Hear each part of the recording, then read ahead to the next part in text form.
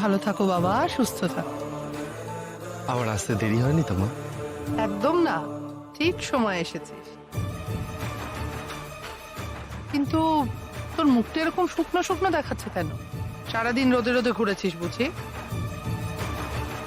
Madam, আমি এখানে একটা বিজনেস ডিল করতে এসেছি, আপনার মা ছেলের পিরিত দেখতে নয়।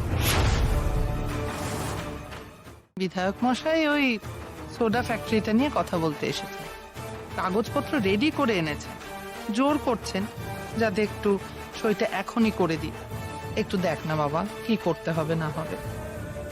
ঠিক আছে মা, আমি দেখে নিচ্ছি, তুমি যাও।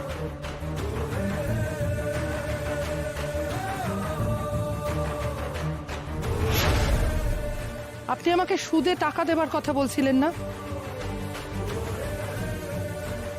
হ্যাঁ, আমি কৃষকদের সুদে টাকা দিই, যাতে তাদের জমির মালিকানা ওদের নিজের হাতেই থাকে, ওরা যাতে ওদের মর্জি মতো চাষ করতে পারে,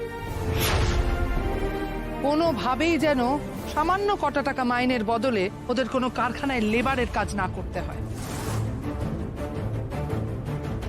তাই আমি আর আপনি আলাদা, কোনোদিন এক হব না।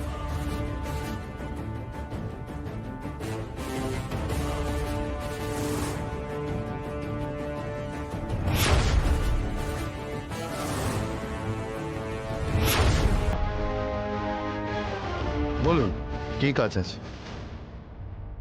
আরে আরে তোমার মা স্যারের মুখের উপরে বলে দিয়ে চলে গেলেন যে চাষিদের ক্ষতি হয়, এই জন্য আমি সোডা ফ্যাক্টরি এখানে করতে দেবো না।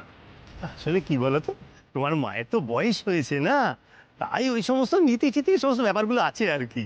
আচ্ছা তুমি বলো তো, আজকালকার দিনে এই সমস্ত নিয়ে এত ভাবলে চলে? নাও না নাও, এইটা এইটা নাও, মাকে দিয়ে যাও, মুজে সুজে সই করিয়ে আনো কেমন? আতি কথা হলো, তোমার মাকে অত সিরিয়াসলি নিও না।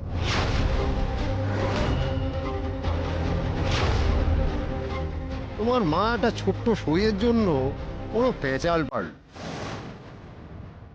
আমি এখানকার বিধায়ক, আমার সঙ্গে পাঙ্গা নিয়ে থাকতে পারবে তো ভাই? চা, সময় নষ্ট করে লাভ নেই, চলো এবার থেকে ডিলটা আমার আর তোমার। যাও, তোমার মাকে দিয়ে সই করিয়ে নাও।